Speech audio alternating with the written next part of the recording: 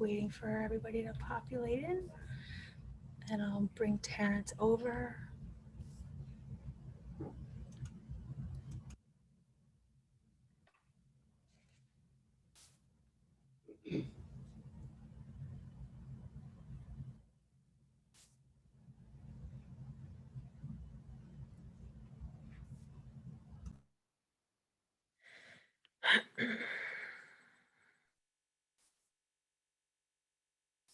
Okay, great. I think we're all set. Thank you so much, Kim. Good evening, everybody. So nice to see everyone. Welcome back from spring break. Hope everybody was able to enjoy the week. And it's my pleasure to make a motion for the board to return to public session. If I could please have a second. Thank you, Liz. Oh, thank you, Liz. Thank you, Julia. All in favor, please say aye. Aye. Aye. Terrific. Welcome to members of our community. Welcome to many members of our staff who are joining us this evening. And would everybody please join us for the Pledge of Allegiance?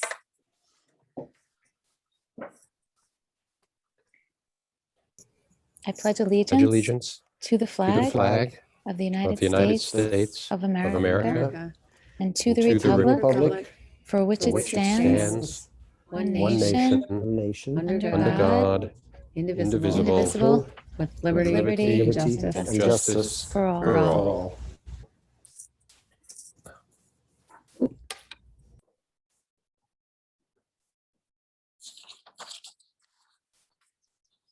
Terrific. Thank you, everybody.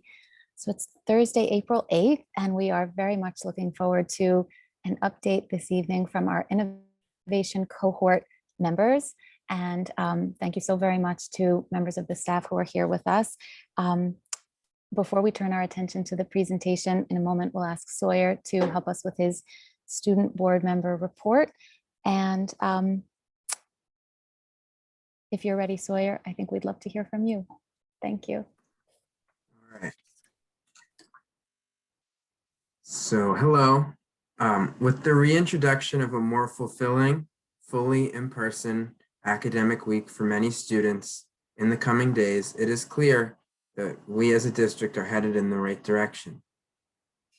Students are grateful for the opportunity to reunite with friends and return to a more traditional academic setting, and hopefully positive attitudes and the desire to return to just a really normal school day will bring about a great finale for this academic year. Campus Congress met yesterday, and the center of discussion was how to make this end of the year really special for students in the high school across grade levels. But at the high school, the girls' ice hockey team had its first game since its inception, which was a historic event in John Jay sports history. And recently, several seniors have been recognized for their work with the science research program at local symposiums and competitions. Congratulations on a job well done. Students enrolled in the Actor Studio program at the high school performed a series of short plays adapted from many classic stories for the district's elementary schools. At the middle school, students experienced their first days with plexiglass barriers on their desk this past month. The middle school student council set up a face mask drive and personal hygiene product drive to help out the community, and their collected donations were delivered to the Agate Project New York and the Putnam Community Action Project. And a project centered around stress reduction skills went well with students at the middle school as they created images out of ways that they de-stress. And across the elementary schools, at every school, March was PARP month, which PARP stands for Pick a Reading Partner, which is a time of reading and literary exploration for many young learners. Events like Wear a Word Day at KES, Dress Like Your Favorite Author Day at Meadow Pond, and Dress Like Your Favorite Book Character Day at Increase Miller made coming to school, both in person and remotely, extra special and fun. PARP Month aims to instill a love of reading in students through enriching activities in and out of the classroom, along with literary-themed school days to ultimately develop a school and community of active readers. Thank you. Thank you, Sawyer. That was terrific. We really appreciate your representation of every level of the district and also your expression of hopefulness around the additional opportunities for in-person learning. It has been really exciting to see increased communications around opportunities for students and opportunities to audition and participate in some after-school activities that I know students are sorely missing. And thank you so much for the comprehensive overview. I'm going to pause here in case any board members have a question or comment for Sawyer. No. Okay. Well, thank you so very much. We appreciate it. I think we also have board subcommittee reports on the agenda, but with the board's permission, I'm going to suggest we postpone that to the end of the meeting because we are so looking forward to our presentation. And perhaps we can also, for the most part, postpone any board announcements with the exception of Andrew's, unless anybody has any pressing business. Okay, then Andrew, please, we'd love to hear from you. Welcome back. Thank you, and I'll be brief too. Although I do want to start, Sawyer, one of these days, I think you should just drop your microphone and we should end the meeting because your reports are so good. I honestly, it's a highlight for me. Thank you. Thank you. I want to start by congratulating our colleague, Mary Ford, who yesterday became Dr. Mary Ford. Congratulations, Mary, defending her dissertation. Not surprising to anybody on the topic of professional learning in schools. But we are very fortunate to have Mary as our colleague. And as I've said to her on a number of occasions, unbelievable that during a global pandemic and while doing such an amazing job at her full-time job, also able to complete a doctorate is pretty incredible. But not a surprise to those who know her. Congratulations, Mary. Thank you. And please just allow us to pause there. Congratulations, Mary. We're delighted and so proud and thrilled. And thank you. Thank you all. And a number of us have actually come to this meeting directly from another meeting on Zoom that was also congratulatory in spirit and really a lovely meeting. There's a tradition in Catona-Lewisburg that the candidates who are up for tenure in a given year present a public portfolio of their work of the past 3 or 4 years in the district as a kind of culminating activity prior to being actually awarded tenure. And that event was this afternoon. And like so many other things this year, it was on Zoom.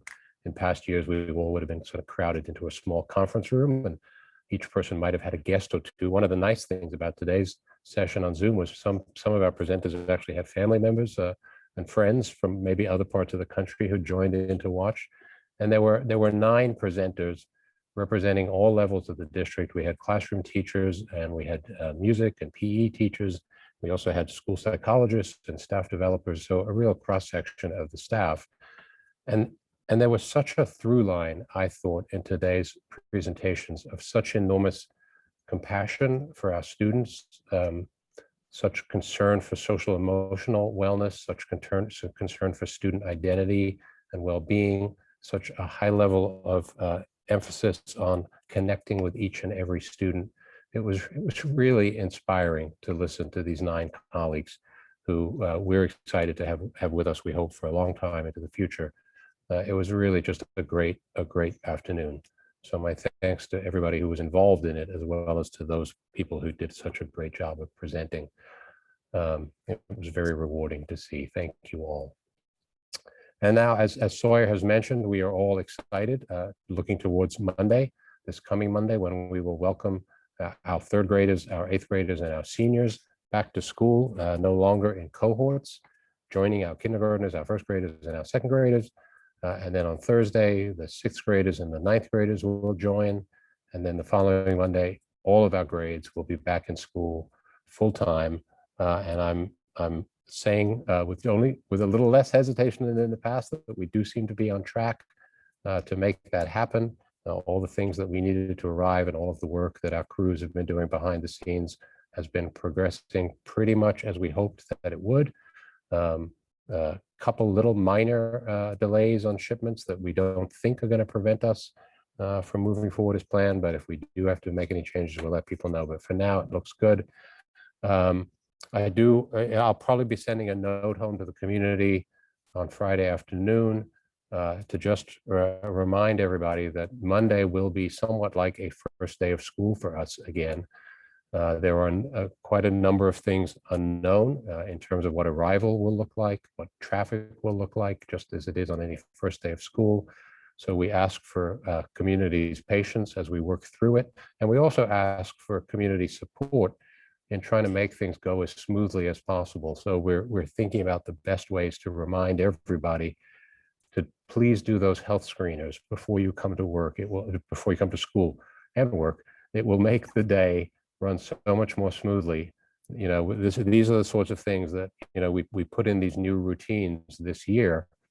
They were complicated in September when we only had half the number of students in school on any given day. This will be our first time now trying to do those same complicated routines with everybody. And the more that can be done in advance, the less complex and time consuming it will be during the day. So if we can all partner on that, it will be great. Just a couple more points. I do continue to get some questions about the barriers that we've spoken so much about. In light of the revised CDC guidance that came out a few weeks ago that removed reference to barriers, a number of community members have written to ask, you know, if we still need them. And it's still the fact that New York State has not changed its guidance. And so in order to bring all of our students back, we are still required to use these desk barriers, which are now installed on many desks throughout the district. It is possible that New York State may update its guidance in the coming weeks. We'll have to wait and see, but until that happens, this is the only way for us to go ahead and bring our students in. There are a number of our local representatives, state assembly people, state representatives who have in fact been trying to make an effort to get New York State Department of Health to update its guidance. But to date, the guidance has not changed. If it does, we'll let the community know and we'll see what we can do about that. And then I do, just one last thing, I do continue to get some questions about the travel guidance, kind of out of our purview here, but New York State did in fact update its travel guidance on April 1st, as the governor had said that they would, so that domestic travel no longer requires quarantine. Once again, though, that's a New York State matter. It's New York State that enforces that sort of guidance. It's not a KLSD issue. We of course hope and expect that our students and our staff and our families will respect the state's guidance, but it's not something that we set. It does come up on the screeners that people are asked whether people are in need of quarantine because of travel. So with that, that's all I had. We're looking forward to hearing from our innovation cohort tonight. So I will leave it at that for tonight. Thank you, Marjorie. Thank you so much. Thank you for letting us know about the meeting earlier today and the wonderful presentation of portfolio work. That sounds inspirational, and we appreciate hearing a little bit about it. And thank you again for all of the work that's happening behind the scenes to prepare for Monday and beyond.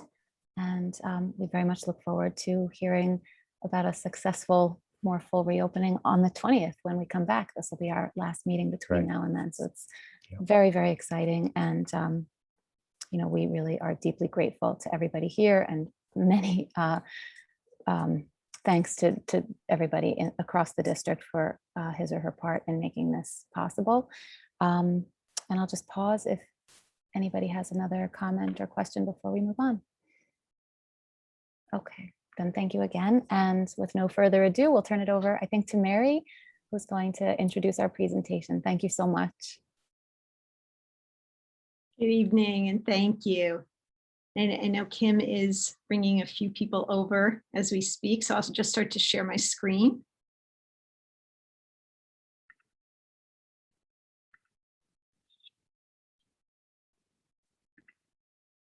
Okay, is everyone able to see that? Okay. And we'll move into slideshow.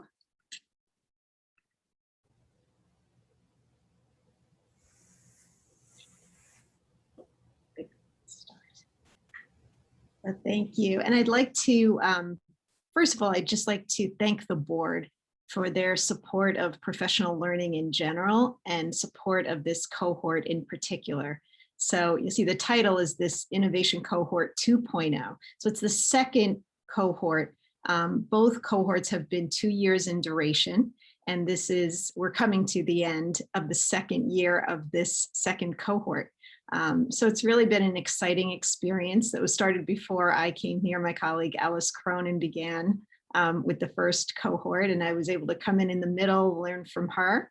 And now this year, or this cohort rather, Diane Cunningham, who's with us this evening, she's a consultant who has tremendous expertise in many things, but in particular in inquiry, in curriculum design, and in action research. So she's helped us throughout the course of these 2 years to design the cohort experience, focus in on action research, which we'll explain in a little more depth this evening, and then also coach our innovators and our staff developers and coach me as well in ways that we can support our innovation in our district. So thank you to our board. And just to frame tonight's presentation, we'll very quickly review the qualities, of effective professional learning and also adult learning theory. That's something that we looked at when we did the professional learning presentation a few months ago, but it's relevant in terms of this presentation as well. And then Diane will talk to us about the action research cycle. We'll talk about the 2-year cohort experience, what it's been like, and then look at the impact of the cohort, the impact on teachers as individual teachers, the impact on our students, and then the district-wide impact of having this kind of cohort. But we're also joined tonight by 6 of our innovators who are with us this evening, 2 from each level. We'll introduce them a little bit later on. And also we have some videos where we have representation from all of the other innovators as well. So you'll get to hear a tiny bit from each innovator this evening. So just to talk a little bit about adult learning theory to kind of set the frame, as adult learners, we need many things. Many things are very similar in terms of all learners, but the roles of experience and motivation in particular are really important for adult learners. So we know that adults need to build on their prior experiences. When children come to learning, they're accepting of everything because they haven't had many experiences. But when adults come to learning, they've had their own experiences and they've started to develop their own thinking about things. So sometimes opening up to something new may feel uncomfortable. So it's really important to acknowledge the role of experience and then build from that in the learning process. And also self-directed learning, that we mentioned this in terms of our learning commitment, students making choices about their learning, but it's critically important for adults as well, so that they choose the path that they'd like to go down, their passion, what they think will make the most difference in terms of their learning professionally, what will make the most difference for their students. And then just the context of the learning, nothing happens in isolation. So thinking about the context of our district, of our schools, of classrooms, and the differentiation that everyone's at a slightly different place. So everybody enters somewhere different and the experiences need to be differentiated as well. And the goal is transformational adult learning. And when we think about that, we think about a change in a frame of reference. So thinking about things very differently. And that's kind of the highest level of adult learning, where you start to really say, wow, I've been thinking about it this way for a very long time, and suddenly I'm seeing it differently. And that's our hope for adult learning experiences in general, that it can lead us to those things. And then thinking about these qualities for effective professional learning experiences, that there's of sustained focus and duration. So it's nice sometimes to go to a quick workshop on something and learn a new tool or a new strategy, but the types of learning experiences that are most impactful are the ones that are sustained over time. Also, the role of collaboration. So when educators in particular are able to collaborate with one another, that's when some of the best work happens. So seeing different perspectives, getting different ideas, trying things out, getting feedback from colleagues, that's another critically effective way of thinking about professional learning. And then a content focus. So for example, if you're a teacher of mathematics, you want to learn teaching strategies that are very particular to your content area and your discipline. So having that very focused experience is helpful. And just as we say in the learning commitment, active learning structures, right? So this is not a passive experience. The learners are really thinking through, doing, revising their thinking, going through many iterations. So we want that kind of active learning environment. And then the role of expert facilitation is also very important. So again, this is something that you wouldn't facilitate lecture style. So you'd want to give the adults an opportunity to process, to think individually, to think with colleagues, time to read, time to write, time to really think. So all of these things are critically important. And just mentioning them in terms of the experience that you'll hear about tonight, we feel that this experience has these qualities, and it's really one of the highest forms of professional learning that we can offer to our faculty. But the other piece to think about is the conditions that we set for optimal professional learning to take place. So it would be possible to go to some wonderful professional learning experience that had many of those qualities, but if it didn't exist in a professional environment where people are thinking about continually improving their practice, where they're thinking about reading new research, reading new literature, it's hard to really implement anything new and exist in that structure if you're not in that type of professional environment, or at least it's not optimal rather. Teacher voice is also really important. So, it's interesting. I think this is true in terms of all learners, but having that voice and choice in terms of what you learn and how you learn it best is a really important piece. And we all have some different needs, but so as adults, we're even more aware of those needs. So having that voice in the learning process is important. And then coherence. So in terms of thinking about all the different learning experiences we might have, it's important that we see the connection, that they don't feel like isolated and unconnected topics, that there is some umbrella that pulls them all together. So again, when we think about the learning commitment, and we think about some of the focus areas we've been working on in the past years, like equity and diversity, sustainability, or pedagogy, even the role of technology integration, those are things that we're all focused on over time. So it's helpful to have that coherence in our system. But I will now introduce my colleague, Diane Cunningham, and Diane will speak about the action research cycle. Thank you, Mary. So before I talk about this cycle, just to highlight some of what Mary said, action research as a professional learning model is about the most teacher-centered model you can use, because the teacher has tremendous control over the focus, the work, and the path. And so for those reasons, it becomes a personally owned and very meaningful investigation, which is important because it's a very rigorous and challenging process. And so that investment is part of what carries an educator through a process that is actually very messy. The graphic makes it look kind of neat and organized, but I think if you were to speak to any of the fellows here tonight and the others, they would say that it's not neat like this.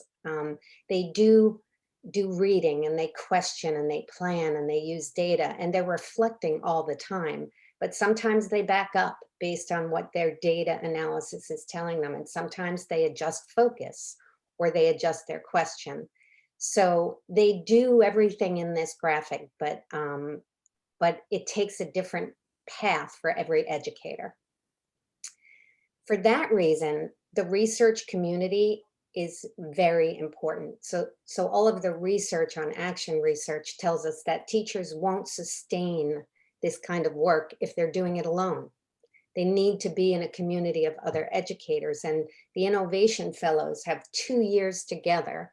And that community not only provides emotional support for a challenging process, but it's almost a think tank. It's a place where they share ideas, and it's a place where they get other perspectives on their work, which is a really important piece of the validity for action research.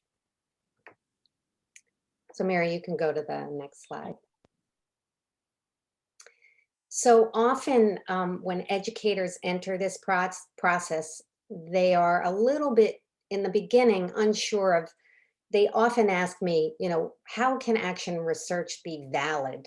And they worry about validity because they bring to it their understanding of experimental research. And action research is not completely like experimental research. There are some similarities and some important differences. In both types of research, there is a question or a tentative hypothesis. In both types of research, educators are reading and studying previous research. They are using all kinds of data in both types, and they draw conclusions in both types.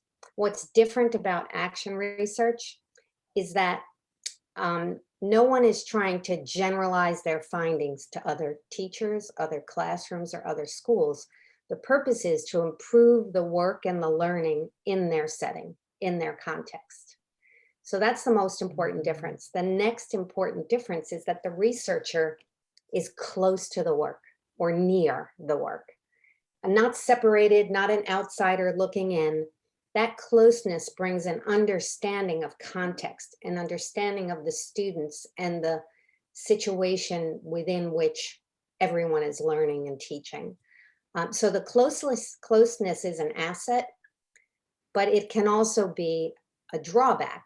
And that's another reason why the community is so important, because when you're too close, you need other perspectives. And so the innovators get other perspectives on their work in that community that they're working and learning in from the other fellows. So just to explain what the experience has been like in the innovation cohort, we meet each summer. So the first summer, there are 2 days of professional learning, and that learning is mostly focused on the action research cycle, developing a focus and an initial plan. It's very interesting when our innovators go back and look at some of their initial plans. They think that they were far off because they wind up revising them, as the year goes on. So it's interesting. We always say, as people enter the cohort, don't come in with any real set plan or preconceived ideas. You want to be open to thinking about your learning environment differently. And you may have an area of interest, but exactly how you're going to do this study is really something you want to evolve. And as you observe and gather data in your learning environment, that plan will come to fruition. And then throughout the first year, there are monthly meetings after school. In addition, during the day, there are collaborations with staff developers and other colleagues. And then at the end of the year, a digital summary of that year one work. So putting that synthesis together and doing that reflection is another part of the learning, as well as something that we can share with other colleagues. And then the second summer is similar. Now another 2 days of professional learning and planning. Now they know the action research cycle really well, but they may shift their focus. And as you might imagine, this was an unusual summer. It was an unusual spring. So for this particular group of innovators, they started out with a focus last August or September. They may have done some slight revision, but when it came time for our COVID closure, everything started to shift. And it was in some cases difficult to finish, but to the credit of all our innovators, they did finish up on whatever they were studying, even if they made some slight shifts in terms of their data collection. And then they really had to rethink what their question might be for year two. So in some cases, innovators stuck with a very similar theme or a very similar question. And then in other cases, it was a real shift in thinking. And for some, it was just maybe a minor shift or looking at, a more targeted area of a larger theme they looked at the year before. So they have to revise their question for the second year. And then again, the monthly meetings continue. And that's where a lot of this conversation, I think, especially through COVID, innovators really appreciated the opportunity to be with this group, to think through their practice, to talk about things, to get some feedback. And some of the struggles that everyone was having. It was nice to have a group to really think through that with. And then right now, everyone is working on their final digital synthesis of both years and a reflection on the 2-year experience. And so you'll see here, these are just some of the names of our innovation faculty members right now. And you can see we have from each level, we have elementary, middle, and high school teachers. We have, I think, almost every discipline is represented here. And even if I think about the first cohort, there's someone from almost every department across the district has been a part of it.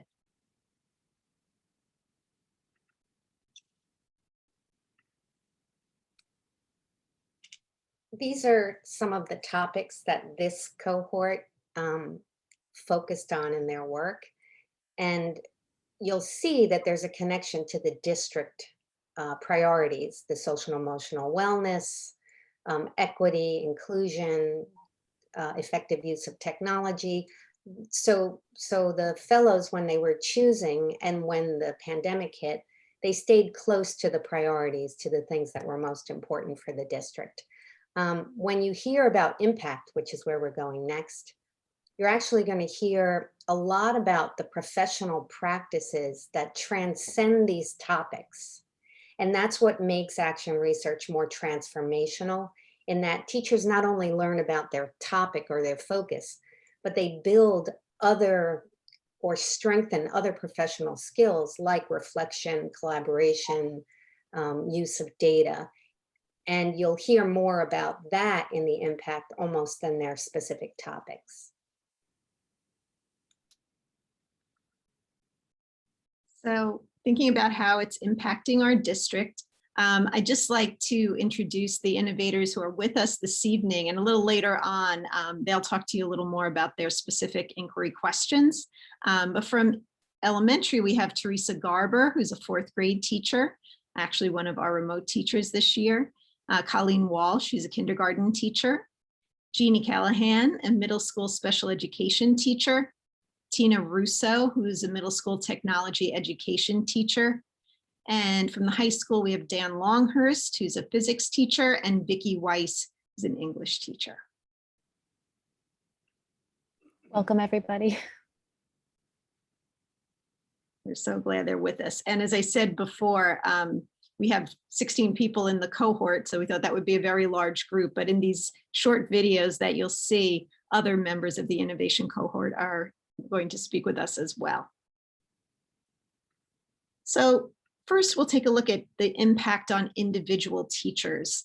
You know, some of the things that we've been hearing from our teachers is self-reported increase in reflection, in risk-taking, in flexibility, just thinking about their practices very differently, but having more of a focus on being responsive to students and student need.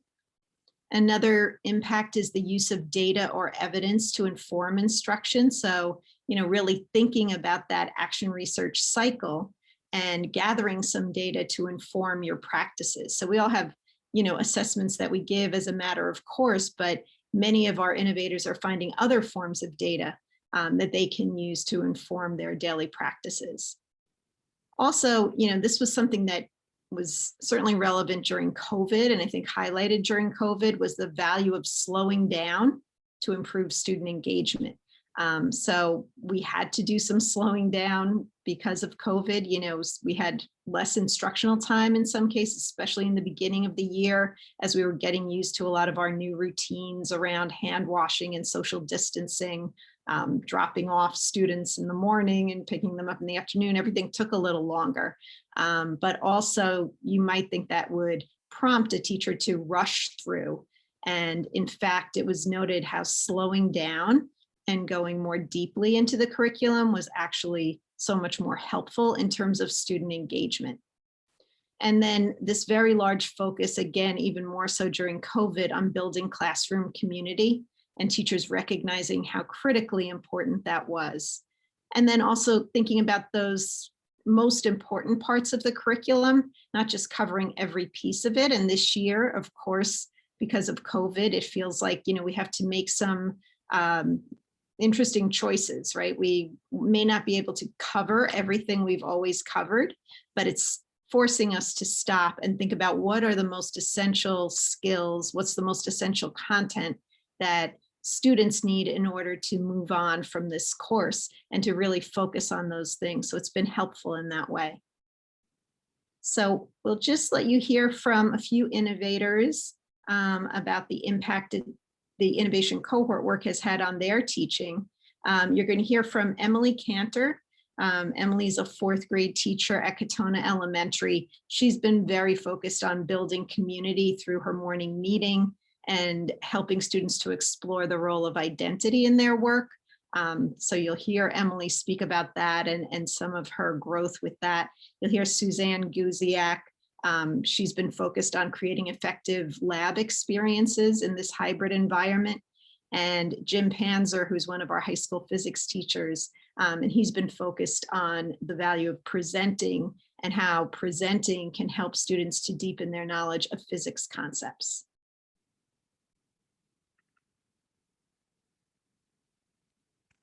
I've shared this before, but last year, you know, I had a baby. I went out on maternity. So, right, you know, I was a part of the shutdown, but then in April, I, you know, was on maternity leave. And when everything happened with George Floyd, I was still on maternity leave. And the work that I had done with my students through this cohort innovation project, I was having a really hard time not being with them and being a part of that and doing something to just talk with them about it. I just couldn't sit back and not.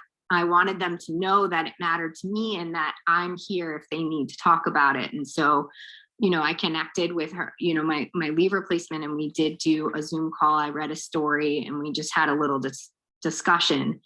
And, you know, I've seen through this innovation project that if I had not put myself out there and done this kind of work, I probably wouldn't have felt comfortable having that conversation. And the same thing happened this year, you know, when I was really putting in all this work to set my class up to have these kinds of conversations. I could have a conversation on January 6th about the insurrection, and I could talk about it in a way that where they felt safe. And I probably wouldn't, I don't know that I would have if I hadn't been in this, you know, innovation cohort and done this work. I think the idea of awareness and the thoughtfulness, while much is, I think, focused on the question and our own pursuit, I think philosophically it's kind of changed me that when there is some sort of issue with the student, good or bad, it's allowed me to take a step back and say, okay, what are these different areas? What are these possibilities? What data do I have about this student anecdotally or qualitatively through their work or quantitatively through other means of data collection to really think about that child as a whole? Mm-hmm. And while the intent and the focus is on the question, the practice of inquiry and understanding is something I think that I've been able to kind of dig a little deeper, or not dig deeper, but use in thinking about individual students before a parent conference or at a meeting. In these other areas, that philosophy of thought and how we look at the student, because the student is the one in question. Had I not had to pause my practice and put those elements into my teaching in a thoughtful manner where there's accountability to make sure I'm doing this, I feel now I'm doing that internally, and that maybe isn't something I did previously. And from all that data, I'm getting a more accurate view of the themes in terms of like what are they, you know, what's the vast majority of them struggling with, the vast majority of easy, you know, that kind of like where, or, and I can get more nuance into like what aspect of like particular, like convection, like, so like, okay, so everyone got these aspects of convection, but there's one partial thing, you know, based on, because it's all based on what they say. So, and a lot of the words that you use to describe physics are common everyday words. So someone can actually sound like they know what they're talking about, but my ear is trained to know whether or not they're just saying the words, but using them in the incorrect way. And so I'm able to, you know, see these, you know, like I said, the greater themes, like what are the vast majority of the kids not getting and what are they getting?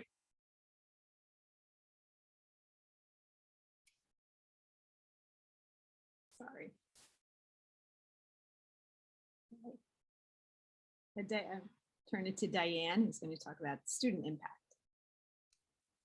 So I mentioned earlier that this model is very teacher-centered, but it is also highly student-centered because teachers rely on their classroom data, which represents not only student work, but their interactions with students every day.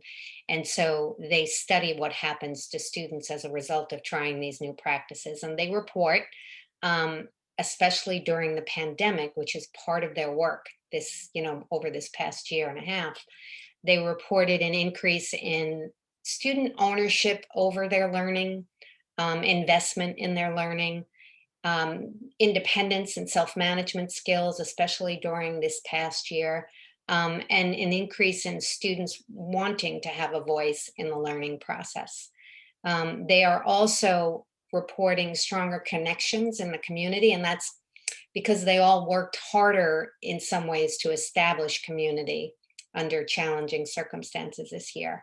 And they also speak to students seeing their teachers as learners when teachers are engaged in this process.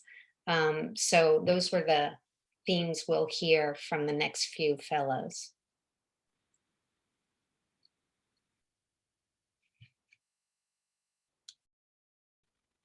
So this year I had the opportunity to work in a classroom setting with students. So I had a little bit of a chance to push some of my library skills into a classroom setting. And so I was working collaboratively with one of my colleagues, and we decided we were going to do this big project at the end of the reconstruction unit, where instead of doing a test, the students got to create artifacts on a variety of different things. They could make baseball cards for the famous people that took place or that were around during the Reconstruction time. And one of the ideas that I had was give them a chance to do kind of like a museum and do it virtually. So like a virtual museum tour where they had their artifacts and they went through each one. And so this one student, and I actually started crying a little bit when she sent her project in because I was so proud of her. She actually made it so that it was an iMovie, and she had this museum background, and she put her artifacts in like paintings, and she like zoomed in on one, and then she talked about it and answered all the questions about it, and then zoomed back out and she said, we're going to the next artifact, and then she zoomed into that one. And just the fact that, you know, I had helped her out with iMovie, and, you know, the fact that she had put all that time and effort into it just really made me feel good, and I was really proud of her. And I felt like that was like a big success story for me, because I was really unsure of how I was going to be able to translate library skills into a classroom setting.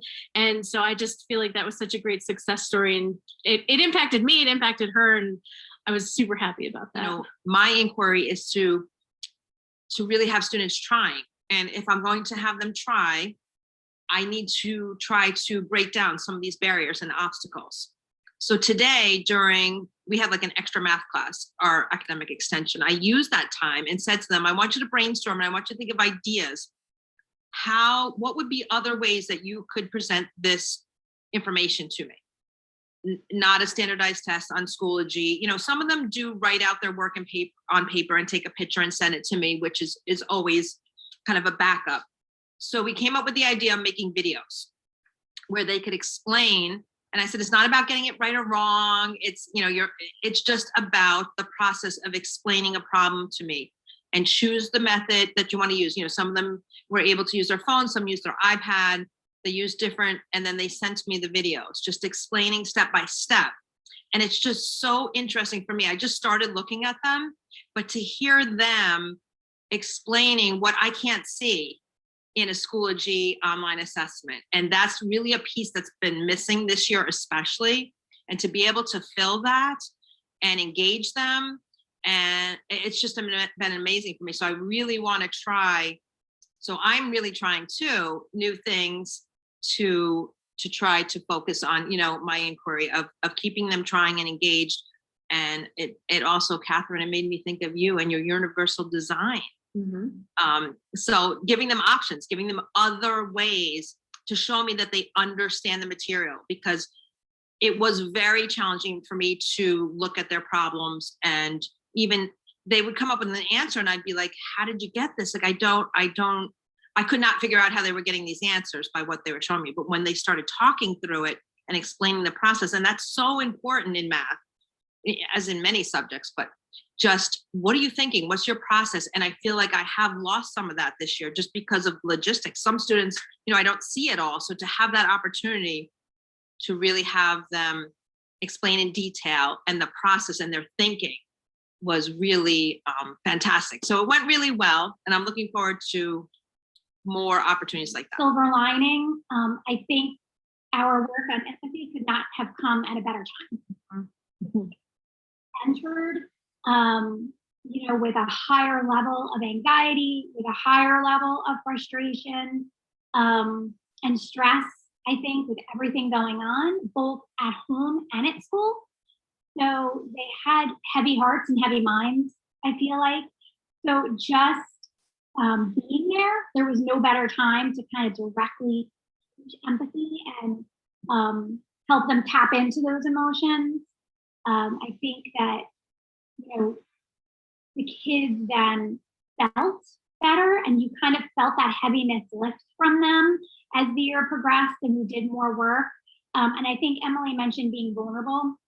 And I think when we did identity maps, and we talked about a lot of really difficult things to talk about, and on those identity maps about race and racism and sexism came up, and gender.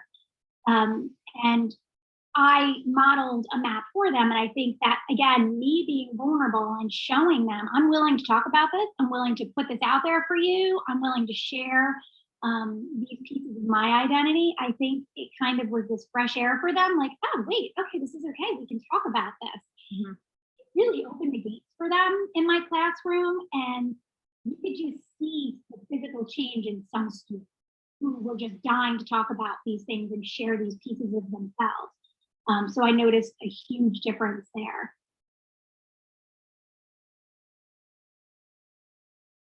And those were three of our middle school teachers. We had Jen Newstead, Jane Williams, and Kathy O'Neill. So now we'll take a look at the impact on the district. So why would a district invest in this innovation cohort? What will it do for the district? The exemplars of the learning commitment in action. We're always looking at, we have this aspirational goal of the learning commitment, and yet we want to make sure that we have examples of what it looks like in every grade and in every discipline. So the innovation cohort certainly does that for us. And it encourages this collaboration across levels, which helps to build in that coherence in terms of the curriculum and the pedagogy across the different levels. But that professional culture, one of those conditions that we spoke about earlier, it really enhances that culture and provides these opportunities for this inquiry, the ongoing learning, the sharing, the collaboration. And also in particular this year, it's allowed us to study some instructional practices that were successful in the remote and hybrid teaching environments. So it's interesting in thinking about, what we might hold on to going forward and what we might change. So it's just really helpful to have this kind of lab site for all of the different things that teachers are thinking about and trying. So we have one last short video. In this video, you'll see one of our second grade teachers, Kim Buckley, and she's been working on classroom community, how to build that in this hybrid model. Amy Stockfield, who's one of our high school art teachers, she's developing inquiry skills for idea development in the art classroom. And then Jessie Weiss, a middle school math teacher, looking at social emotional wellness and the role of equity and bias in the math classroom. And lastly, Katie Teresi, one of our English teachers, who's looking at media literacy in our 9th grade curriculum.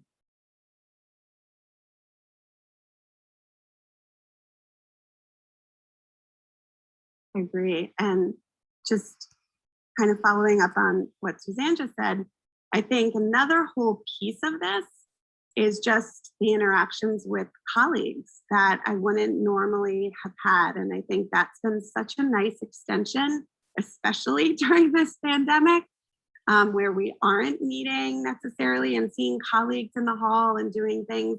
Just having these connections with colleagues and peers at the middle school, at the high school, in different areas, and hearing what they're doing and trying to understand the work that they're accomplishing has just been amazing to me. And it makes me so proud to be a part of all of this and to be a part of this group of peers that are doing the work they're doing. And it's kind of giving me like this behind the scene kind of look at everything and that connection with colleagues. And that's just been a gift, really. I definitely agree. It's really valuable to like be out of your department and out of your grade level and like exploring other points of view. There's like so much overlap that we don't necessarily take the time to find or have those conversations because we're usually just kind of very buried in our own world. So this kind of gives us that opportunity to come out and be like, this is what I'm doing and what could I do better? And not just from the people that are around you all the time who are more like-minded. I think for me, the biggest thing, because I've sort of been pushing myself for a few years anyway on a lot of these things, was feeling less like I'm on an island with doing things. Like it's interesting. Katie and I happen to have been in groups like 80% of the times, just coincidentally, it could be the work we're doing, but like with Teresa or Amy Stockfield, like it's interesting to hear and it's comforting and reaffirming to hear people at all levels in all academic areas, you know, are moving themselves in different directions. It doesn't mean they agree with me, but just that other people are thinking this way, like other people are trying to examine what we should do and really being really, you know, reflective about what we're doing as a district, you know, not just, because I focus on math because I'm in math and particularly 6th grade, but it's interesting to hear from like other disciplines, other levels, how similar things are, how different they are, and that there's a lot of people, you know, in this mindset about moving forward. It was just really nice because I've been in the district 24 years, so like I've seen ebbs and flows. So it's nice that we're in this place right now. I think, and I think it's the right time given everything going on. That's really what I think is so valuable is this collaboration time and this community that we develop with the other members of the cohort. And I think that community was especially valuable these past 2 years with everything that was happening. Because as some of you have said, right, like everybody with, you know, the hybrid model and distance learning, everybody suddenly had to innovate. And we were already in this position where we had already been thinking about our practice and what we could do better. And, you know, we had like a process in place for, you know, those kind of adjustments. And we had that support system there. I remember at the beginning of this year, we had our 2 days and at the beginning of September, and that was so nice to come back and see all the friendly faces before we began, in September, and that felt really nice. So really that community, I think, has been really important and on time. Like I don't really see how I can go back once this is over, right? I think that like teaching with radical empathy through this whole process, like I like the way that the values have, I guess, been brought to the forefront and really, the pandemic has really, I think, revealed what a lot of our values are, and having this, having the innovation cohort here as a soundboard to talk about it with people, in other buildings and in other grade levels, other subjects, has been really invaluable.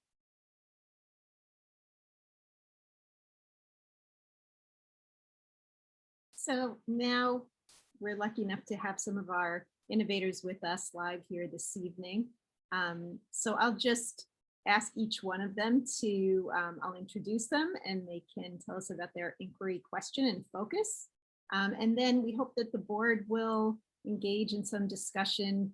I'm sure you have some questions and things you'd like to speak about, and then all of our innovators, as well as Diane and I, can be a part of that discussion. So we'll start with our elementary faculty. So Teresa, would you mind introducing yourself? Sure. Hi. First, congratulations, Mary. That's wonderful news. And thank you to the Board of Education for your eagerness and your support. So my name is Teresa Garber. I teach fourth grade. I've been at Meadow Pond this year. I'm fully remote, teaching fourth grade across the district. And my research question was, how will the consistent exercise of mindfulness practices help students to develop and apply SEL competencies like self-regulation in daily school experiences with lessons, friends, and the community? Thank you, Teresa. Colleen? Hi, my name is Colleen Walsh. I teach at Increased Miller Kindergarten.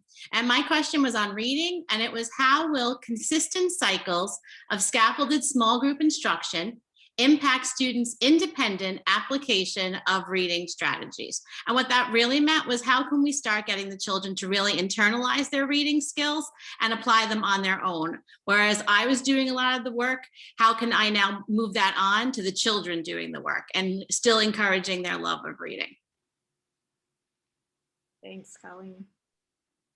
And for middle school, Jeannie? Hi, I'm Jeannie Callahan. I teach at John Jay Middle School. I get grade 6 special education. I'm the co-teacher for ELA and math. And my focus this year had 2 parts: cultivating trust and allowing the students to make themselves available to self-manage their learning. And my question ended up being, how did special education students come to trust and believe in themselves to establish their own self-management system?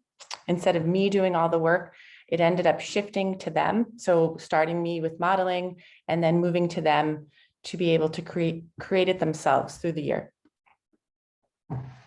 Thanks, Julie. And Tina Russo? Hi, everybody. Congratulations, Mary, to you as well. You must be so proud. I teach 7th grade technology, and my classroom is very project-based, or product-based, I should say. And so I was always questioning the way that I group students.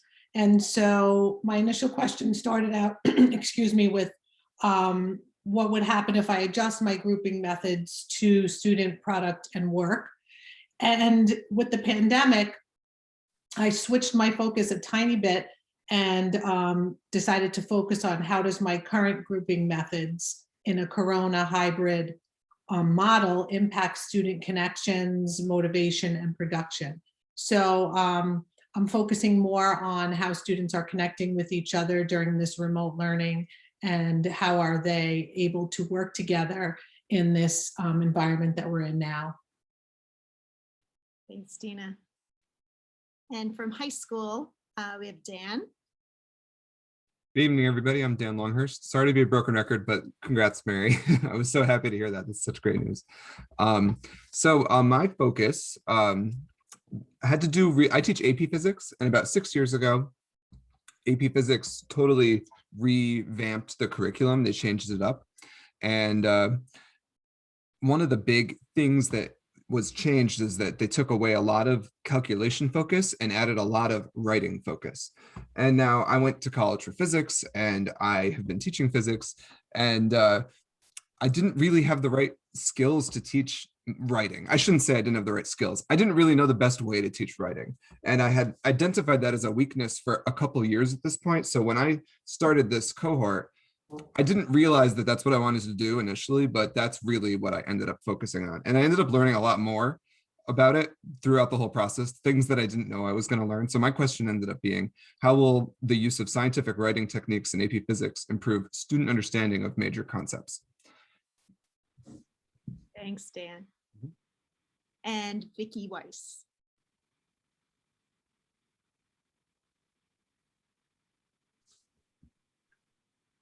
Vicki here. Sorry about that. Yes, I'm here.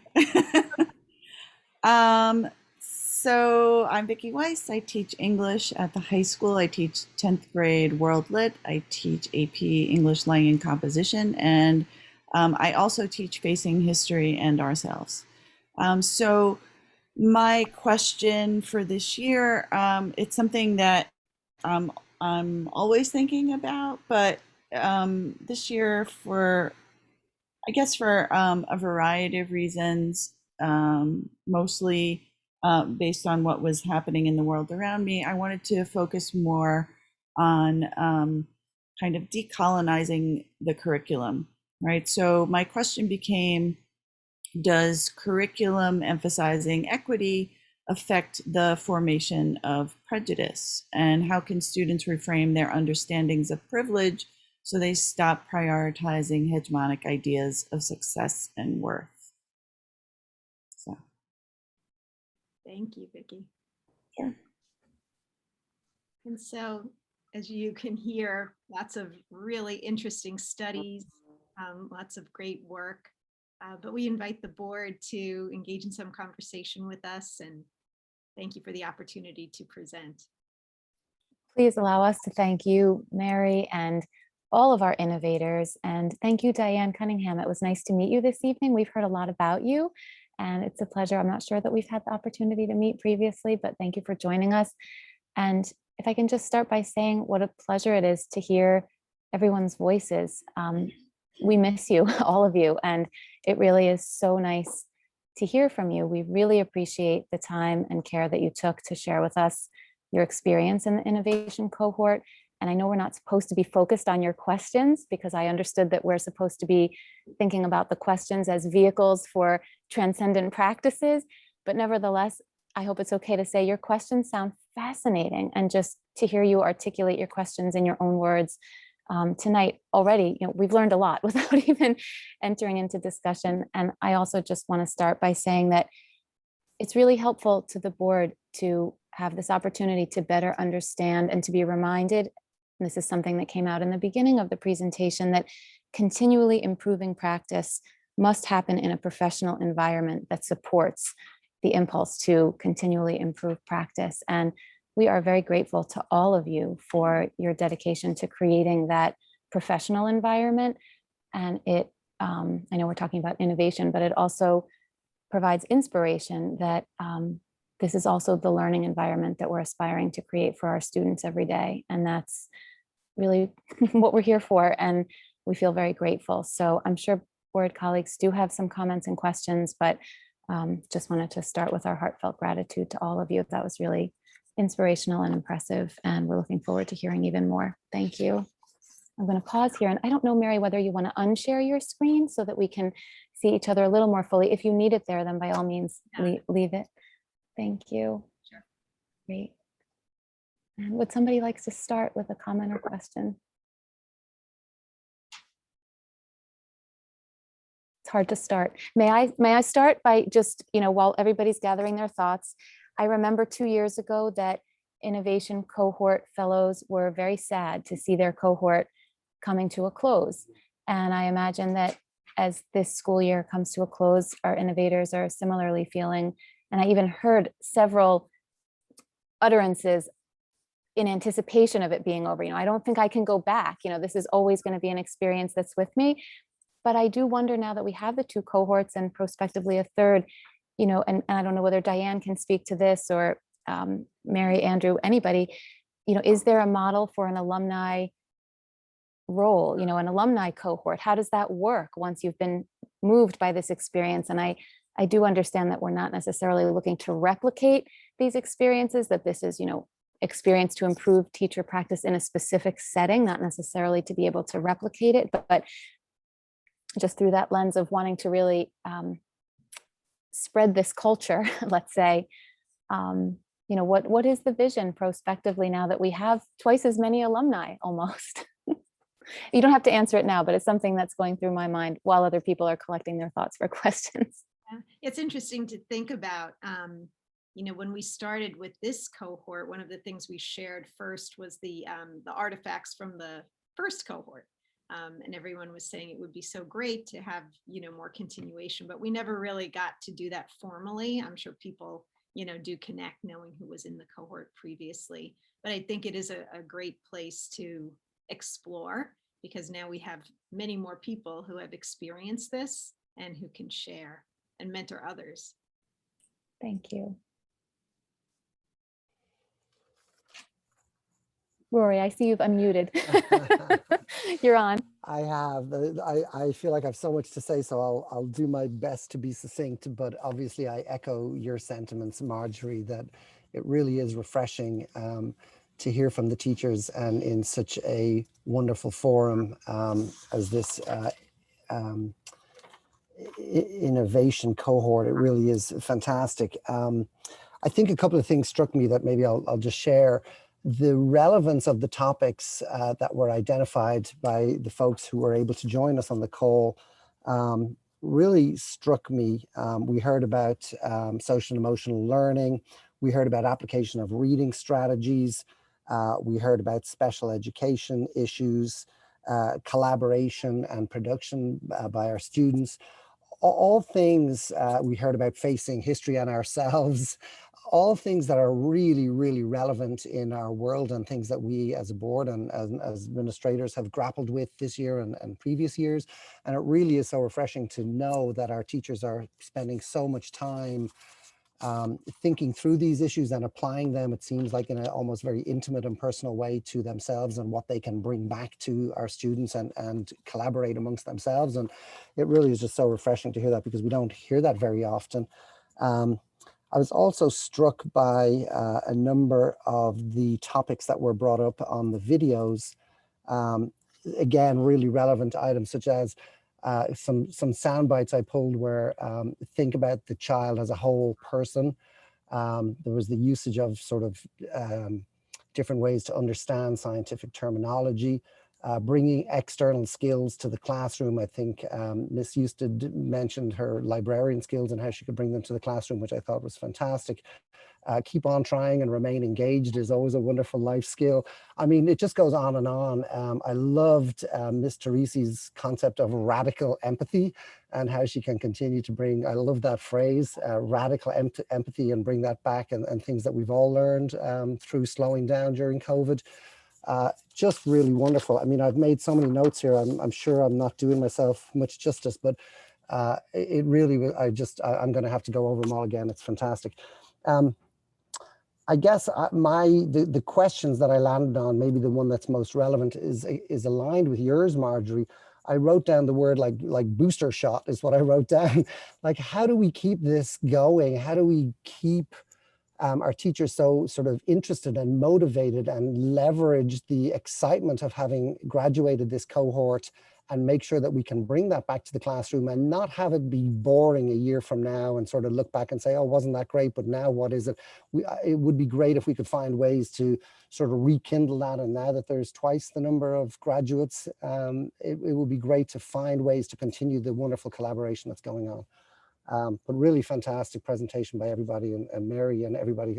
There's so many people, I can't name you all, but thank you, heartfelt gratitude, thanks.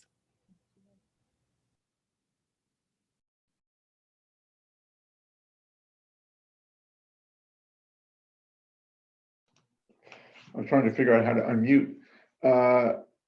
Very impressive. I'm not sure where to start. Some of the questions were so interesting. I'm wondering, do you feel like you'll be able to get enough information and data and experience to answer it, whether it's mindfulness and self-regulation to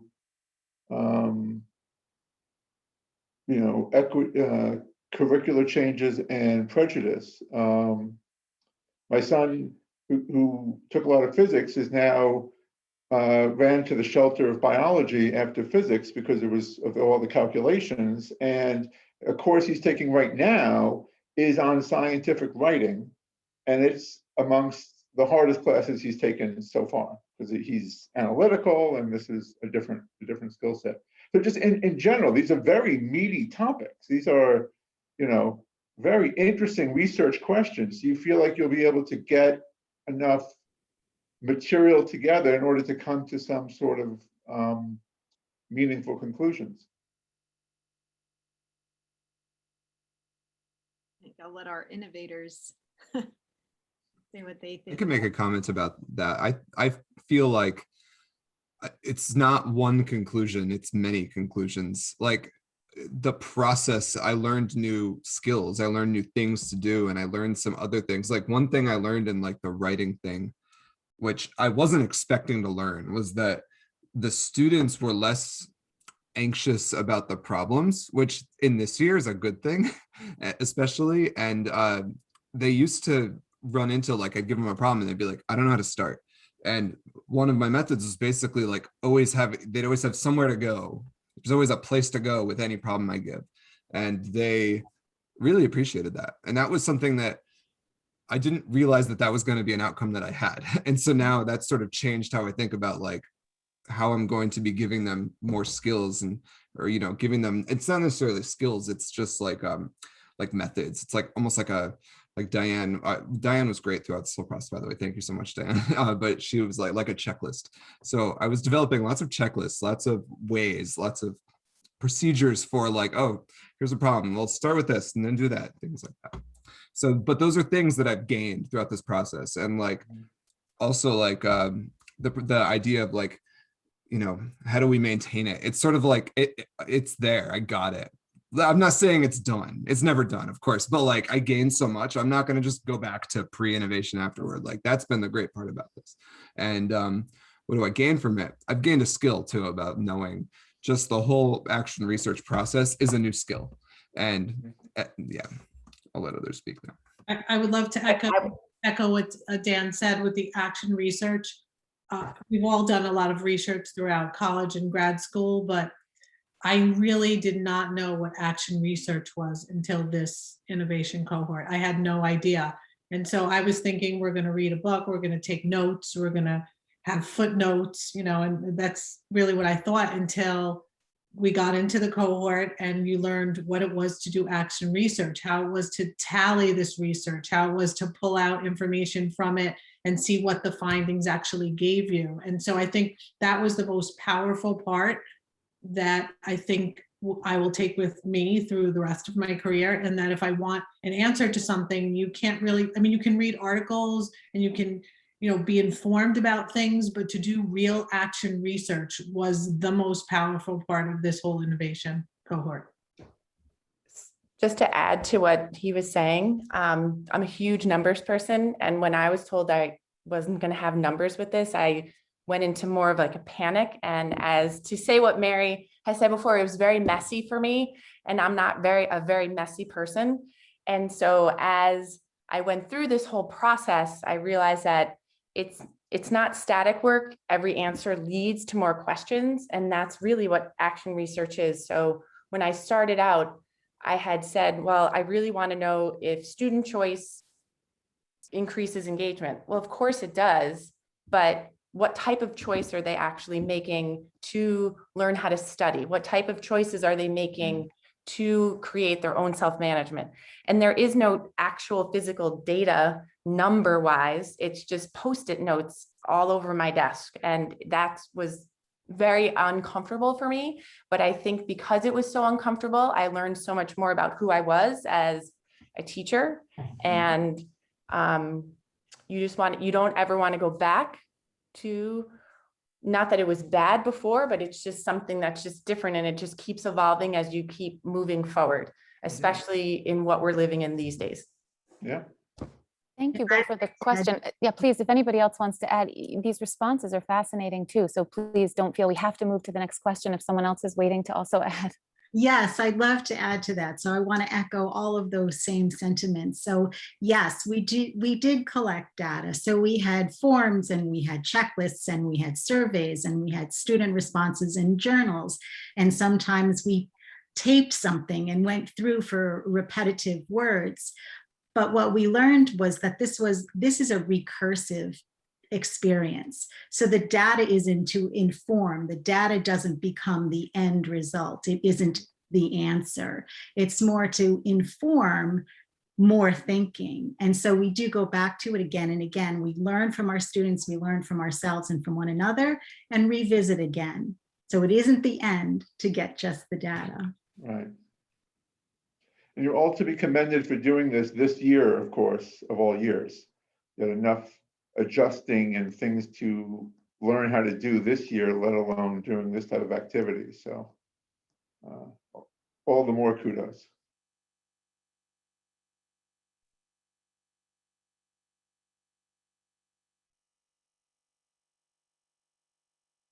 I think maybe because the topic of data has been introduced, if I can just ask a follow-up question. And Jean, when you mentioned that your project involved building or improving trust, I did have a question forming around how do you measure whether trust has been improved, or you're creating a climate where the students feel more trusting. Can you just comment, if you are able to, on how you collect evidence of the impact that your work is having on the students? Are you able to describe that? And I don't mean to put you on the spot, or if anybody can speak to that. And I do understand that I'm not after like an answer. This is the answer. I understood the point that was just made about that it's a recursive process, but what does that feedback loop look like? So last year, after we went into when we went into complete shutdown, it was very difficult for some of my students. Kind of went like I couldn't get a hold of some of the students, and once I physically got a hold of them, I felt that, and we got back on track. They would tell me, well, the only reason why I'm doing the work is because I trust you. And so this came out of that work. And so they started to do more and more work as, April, May, and June went on, and with the guidance of myself. So this year, I wanted to start out with, okay, so they need to be able to trust me if they see me only 2 days a week physically and 3 days a week remotely. How am I going to be able to do that? It was not easy in any way. And I have to say that what happened was it was very difficult in general. It was very difficult to have the data. And so the kids didn't trust me. I would ask them questions. Do you trust me? Do you trust yourself as a learner? Do you trust yourself with any schoolwork? And it was always no, no, no, every time. And so then when more of my students came back in January, full time, the 4 days a week, I asked the same exact questions. Do you trust me as a teacher? Do you trust yourself as a learner? Do you trust yourself in school, just in general? It started out with no's. And then as their time went on and they've become back and they felt more confident in the classroom, like being back in school and having this routine, I asked the same students the same question. Do you trust me? Do you trust yourself? And the answers have changed. And so there was no data. The data is that they feel more success in class. They feel that they can manage the work, and they know what, I don't even need to tell them. They just know what to do in the co-taught class. They know what to do. They know the expectations in a science and socialized class when I'm not necessarily there, but they know that they're going to have to do something. And the expectation is that they've practiced with me, so they have to learn how to trust themselves to do something and submit an assignment. So while it's very difficult you can't have the data on trust, it's more of the feeling that you get, the confidence that you have as you move through school. I really appreciate that. And you do have data. You have data on their feelings, having changed, the survey data. That's really helpful to hear. And I also really appreciate the story that you told, which, if I understood it correctly, started with, and you did mention this earlier, that your question kind of evolved over time. And if I heard you correctly, your question ended up being inspired by what you were actually hearing from the students, which is this correlation between I'm motivated if I feel that I can trust you, and that helps me to also trust myself. So that's really helpful. And I just would echo, in a couple of the comments, it did come up, this idea that the questions changed. And I think, Mary, you mentioned that in your remarks too, that quite a few of the questions changed. And I think even modeling that for students, that is part of the research process. And I'm definitely still learning what the difference is between whatever research is and action research. I don't remember what the other term was that it was contrasted with, but through the lens of any research practice, this idea that it's okay to not know exactly what the answer is and to continue to ask different questions. That's, it's really, really great to hear that from so many of you. So thank you for the answer. And Marjorie, I just wanted to add something that we had spoken about when we were in our discussions in one of the innovator meetings, that a lot of the innovators also, made it known to the students that they were in this cohort, that they wanted to find certain things out. And I know with my students, I would sometimes give a survey and they would say, you gave this survey already. And I understand that. I gave it like 3 months ago. And finally I said to myself, I think I need to explain to them, maybe they think I'm just repeating the same questions again. And I explained it to them. And I said to them, I'm trying to find out a certain question. I shared it with them.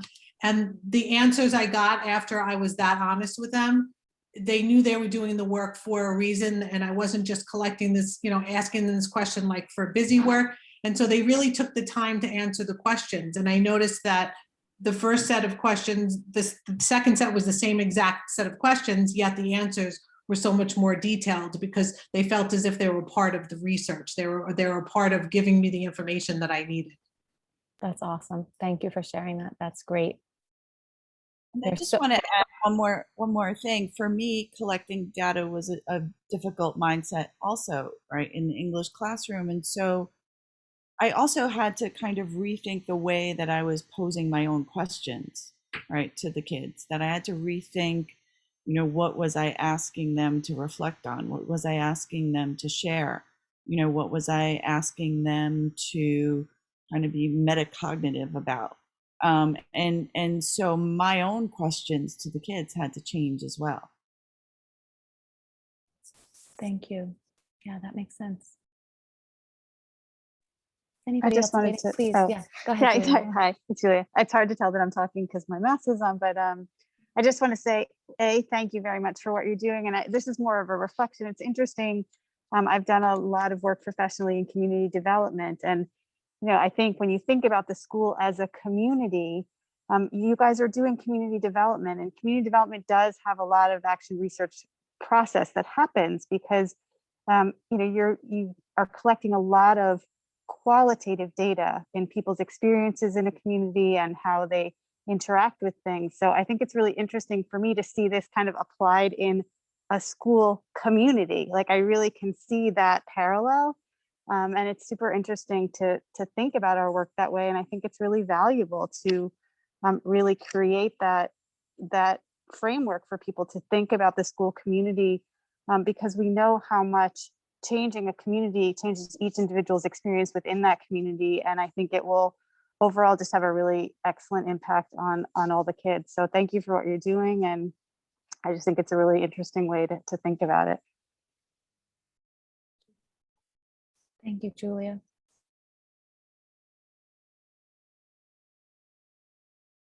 We won't keep you here all night. I know we're 2 minutes to 9. Is anybody else waiting to make a comment or ask a question? I just want to say, Diane and I have conversations, and Diane has done this work in other districts as well. And she's done action research with groups of teachers for years, but we often chat and reflect on how impressive this group is, and how they really are so thoughtful about their work, and so committed to our students. It's just really inspiring to meet with them and hear about this great work and hear about how thoughtful they are about their teaching environment. Thank you for sharing those words, Marianne. That really did come through loud and clear in every representation of an innovator's project or inquiry. Just the compassion for students, dedication to improving practice, and just collegiality and appreciation for each other. To go back to a word that I think was mentioned earlier, it just truly was refreshing to hear. And we really are so appreciative of the learning environment and spirit of collaboration that's being fostered for our faculty, with an eye toward fostering the very same for our students. So thank you for sharing that. And again, thank you. Thank Diane. We thank Diane. And we thank our innovators for all that you're doing every day. We wish you all the very best as we begin to bring more students back in person. And thank you for all of the work that's happening to make that possible. And we hope everybody continues to stay well. And thank you so very much for joining us tonight. We really appreciate it. It was terrific to hear from you. Thank you. Thank you. Bye. Thank you. Thanks, everybody. Thank you.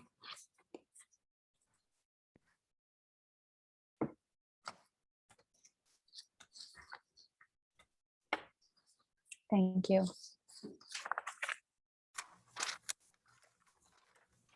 I probably should have mentioned that we have public forum on the agenda tonight, and perhaps what we'll do is I'll just mention that if anybody was waiting to enter a question, please feel free to use the Q&A at the bottom of the screen, and please remember to identify yourself because we're not able to enter anonymous comments into the public record. And perhaps we'll move back up in the agenda and go through board subcommittee reports and board announcements, and then turn our attention to public forum. How's that? We'll start with board subcommittees, please. So now we're at, just bear with me. Back up to item 7.01. And I know audit has been happening across the district. And Julia, did you have anything you wanted to say? Sure. So we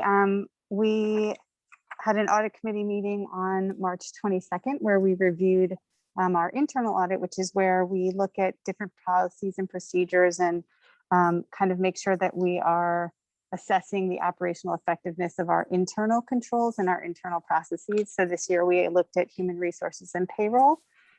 So I'm going to give a very high level, but the presentation during the committee is lengthy, and we ask questions from both our board committee members as well as our community committee members, who I thank for being part of the committee.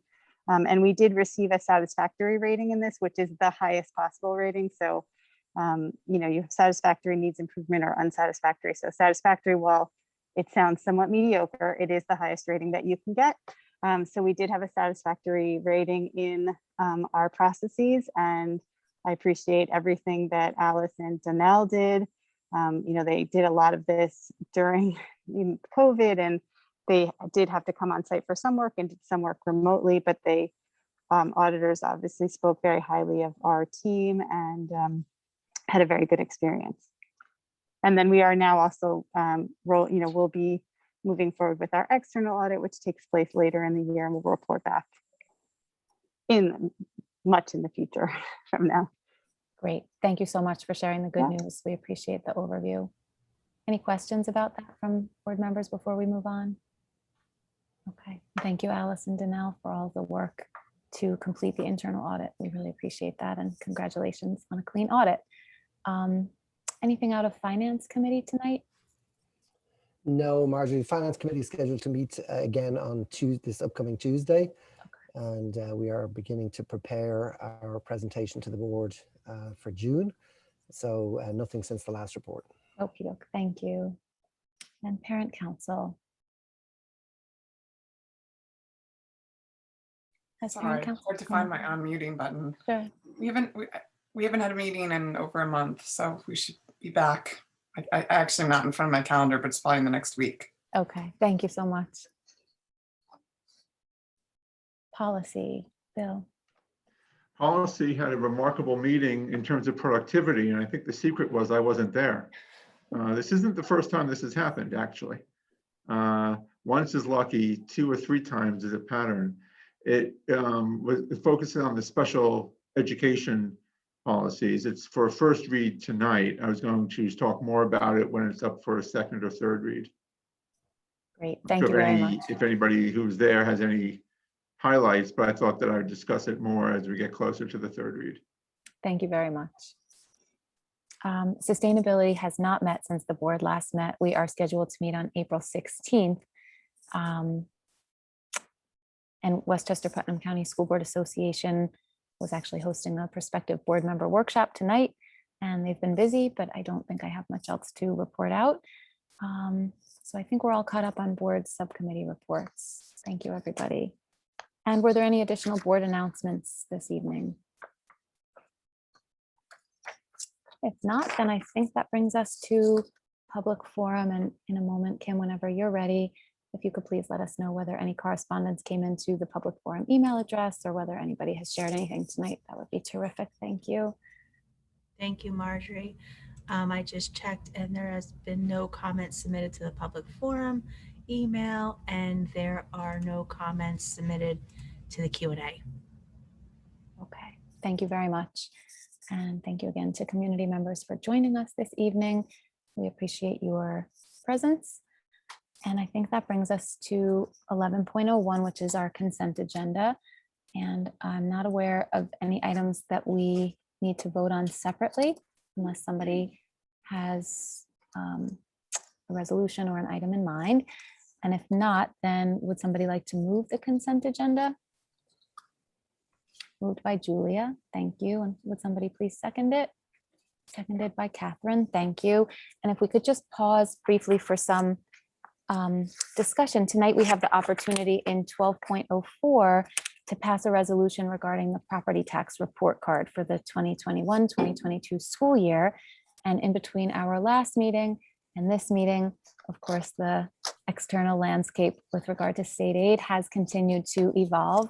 And if Danelle and Andrew would like to just take a moment to provide an update, I think we would really appreciate that. Thank you. So we just thought we would take the opportunity to touch briefly on this tonight for the board, because as Marjorie points out, there's been quite a lot of press media coverage in the last couple of weeks about aid to schools coming both from the federal stimulus package and then passing through the states. And we want to try to provide as much clarity for the community as possible as to how that aid works.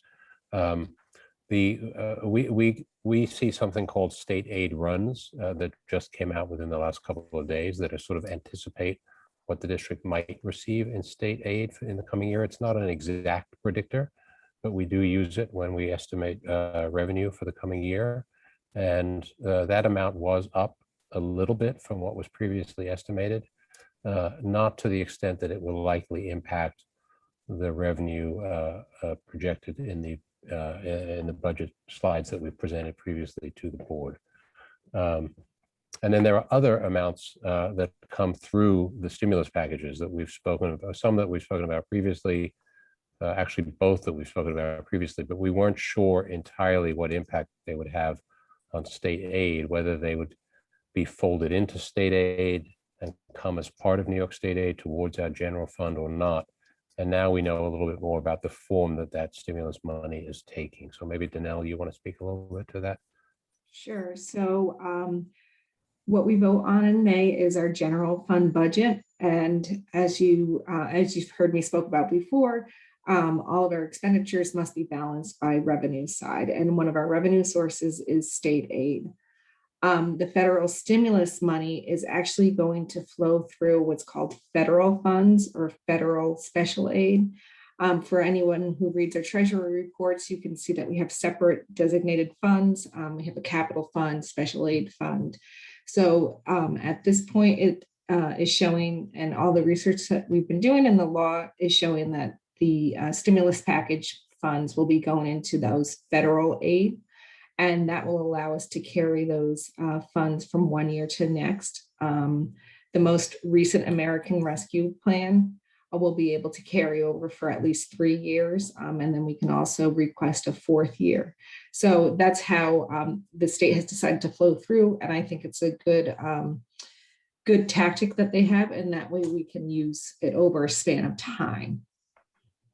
So at this point, those federal stimulus package, just to reiterate, will go into a separate fund, not the general fund in which we've been presenting the last couple months. Any questions about that? Thank you for clarifying that and for the overview. No questions at this time? Okay, thank you both so much. We appreciate that. Were there any other questions or comments about other agenda items? I'm sorry, consent agenda items? Okay, if not, then we can vote on the consent agenda. All in favor, please say aye. Aye. Aye. Aye. Great, 7-0. Thank you. I think this brings us to future meetings, so we can just look ahead. And the board is next scheduled to meet on Tuesday, April 20th. We'll meet on a Tuesday because it's the evening that all districts in the region are meeting to vote on the BOCES budget. In between now and then, Finance will meet Tuesday, April 13th at 7 p.m. and Sustainability Friday, April 16th at 8:15. And then later in the month, Policy is scheduled to meet Friday, April 23rd, 9 a.m. Audit Monday, April 26th at 7, and Policy again Friday, April 30th at 9 a.m. Did I miss anything? Nope. I almost thought maybe we didn't have board dialogue on the agenda, but now I see I've skipped it. So pardon me. We do have board dialogue on the agenda, just going a little out of order here. Back up to 16.01.